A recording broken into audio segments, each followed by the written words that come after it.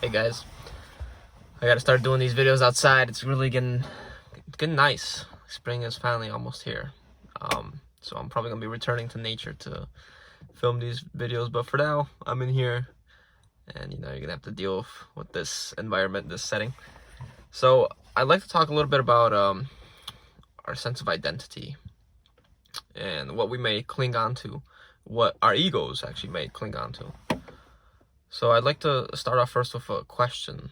When I say I am, or when you say I am, what do you think of? You might say, I'm strong, I'm an engineer, I'm a student, I'm a learner, I'm a philosopher, I'm happy.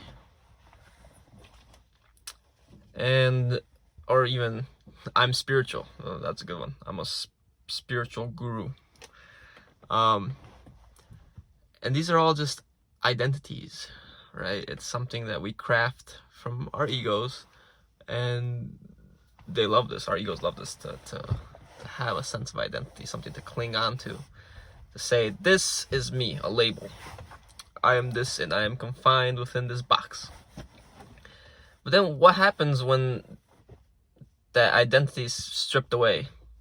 When all of a sudden, as an engineer, you lose your job. When all of a sudden, as a spiritual guru, no one sees you as spiritual anymore. No one really values your advice. Would you still say you're a spiritual guru? That you're an engineer? Well, of course, I know all these things. They're in my head. I'm still this thing.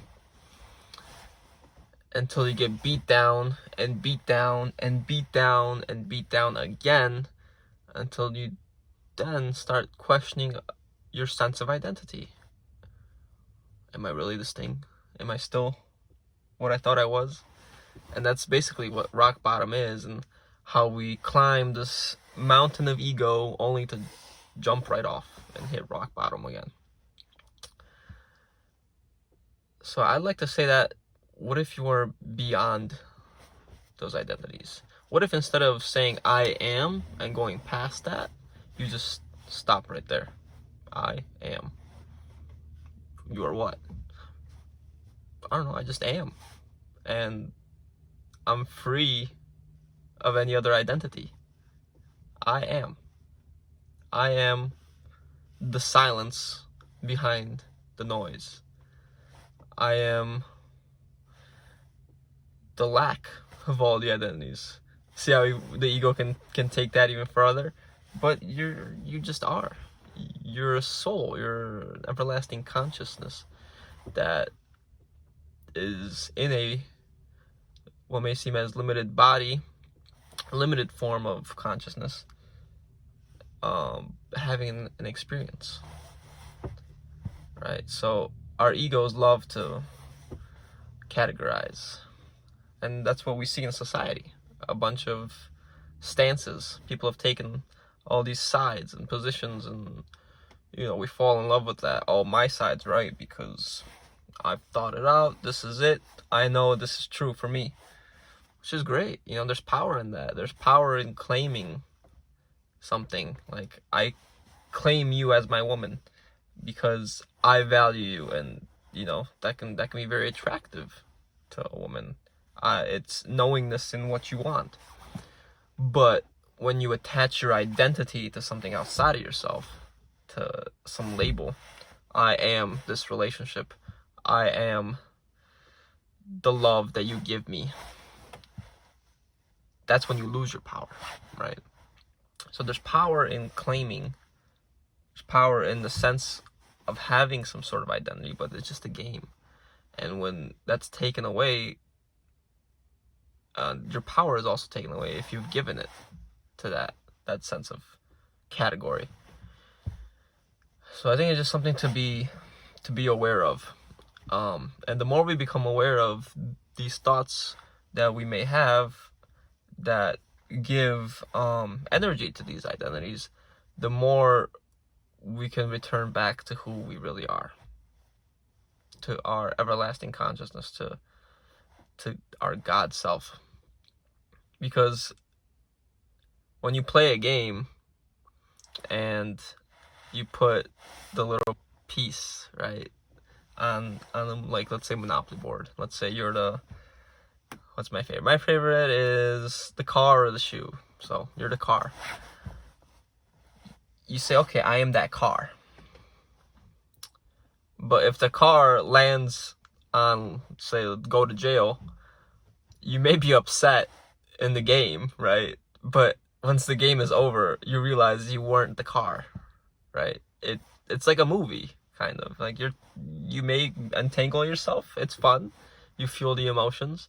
But if you can maintain that awareness that you are not what is happening, then your attention returns to the fun of it, the experience, the game, right? You play the game, not to win. Some people may play to win. I used to be like that.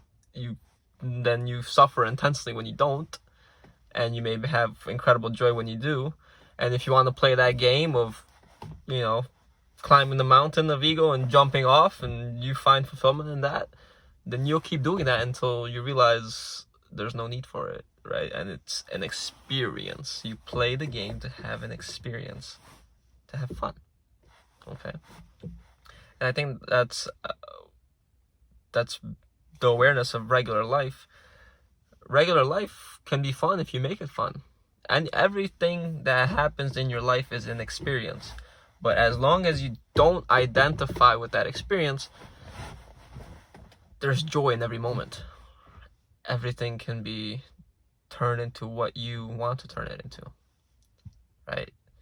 So I think the more we shift our focus, and the more we come into that collective awareness that we are playing this collective game together, and even though you may win or I may win or whatever happens, it's just a game, and we are all united, all one consciousness, experiencing itself from different perspectives, just like all the pieces in a game, right? You don't hate the other player because they're ahead of you, or because they're behind you, or make fun of them, or whatever.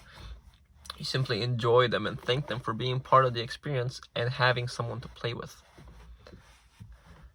And the ego can definitely do that, can get you to create the separation between you and others, especially if you identify as that thing, and then you walk around with this superiority complex, like, oh, I'm this thing, they're that thing, I'm better, right? And this can work the same way for people that consider themselves spiritual. It's okay to consider yourself spiritual, but if you walk around like, oh, that guy's not spiritual, she's not spiritual, oh, I'm better because I know this stuff, and I practice or I meditate every day, and you should definitely do it too, because it's good for you, but you come across as a person that's mandating, and you're violating their free will, like, oh, you should do it like this is the way to do it, is the only way, and not acknowledging other people's perspectives, because everyone has free will and they're free to believe and do as they please, right? So becoming aware of that ego consciousness of superiority humbles you, right? Everyone wants to be treated as equal. So if you go around with the mindset that no one is better than me, but no one is less than me either, then you're starting to realize more of that unity consciousness. Okay, so just a quick video on ego and attachment to identity, and I challenge you to become aware of what attachments you may have to certain categories or boxes in your life. Okay, have a good one, guys.